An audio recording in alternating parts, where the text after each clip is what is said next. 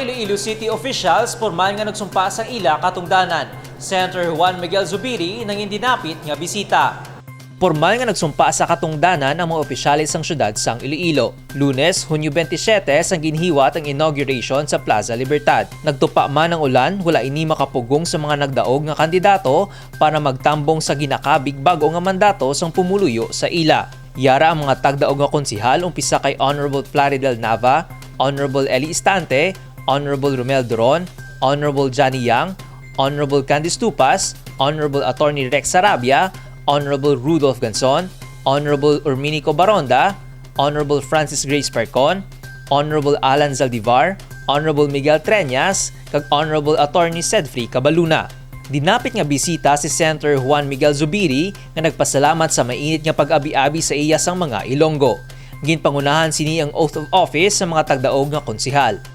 Hold strong to the call of service to your people and know that you are not working alone.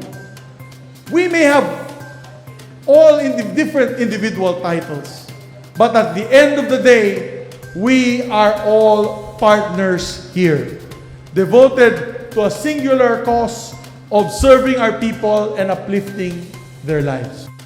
Nagpasalig man sang suporta para sa syudad ang ginalantaw masulod nga Senate President sang pungsod. Makalaom suno kay Zubiri ang mga Ilonggo sang bulig halin sa iya opisina. Kaupod ninyo ako sa mag-aabot na mga tinuoy na magbuligay kita tanan para sa ikauswag sang aton nasyon na Pilipinas. With Iloilo City taking the vital role in the development of the Visayas region.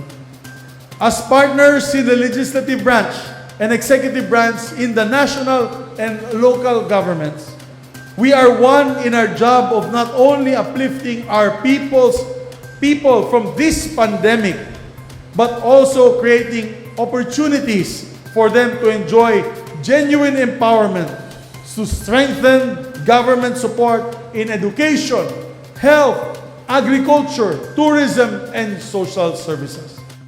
Nagpanumpa man para sa bago nga 3 ka tuig nga termino si Vice Mayor Jeffrey Ganzon.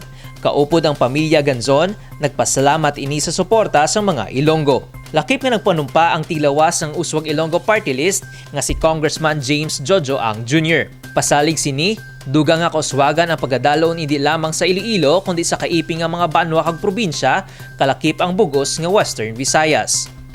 Una, ang kaayuhan sa pamilyang Ilonggo. Sakto nga healthcare para sa mga pigado, wala untat ang programa sa infrastruktura kag turismo. Asenso sa agrikultura kag pangisda, kag inagtingkong naton ang scholarship para sa kamatayon. Sunod nga nagpanumpa si Congresswoman Julian Jamjam Baronda sang Lone District of Iloilo.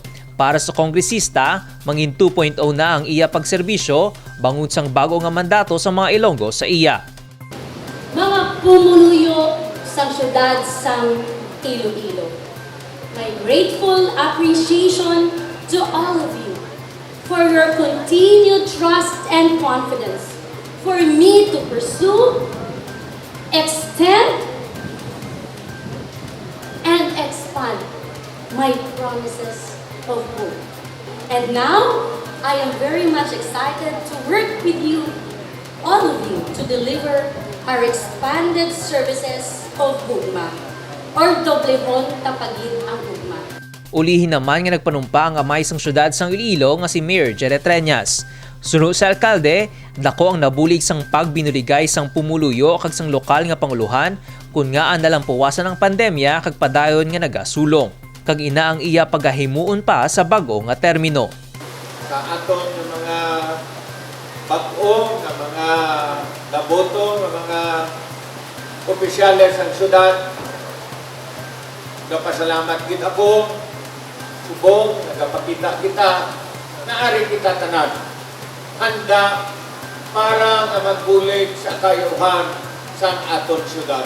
The rest of the country and the whole world witness how the Ilonggos work together, and they even called us the Wakanda of the Philippines.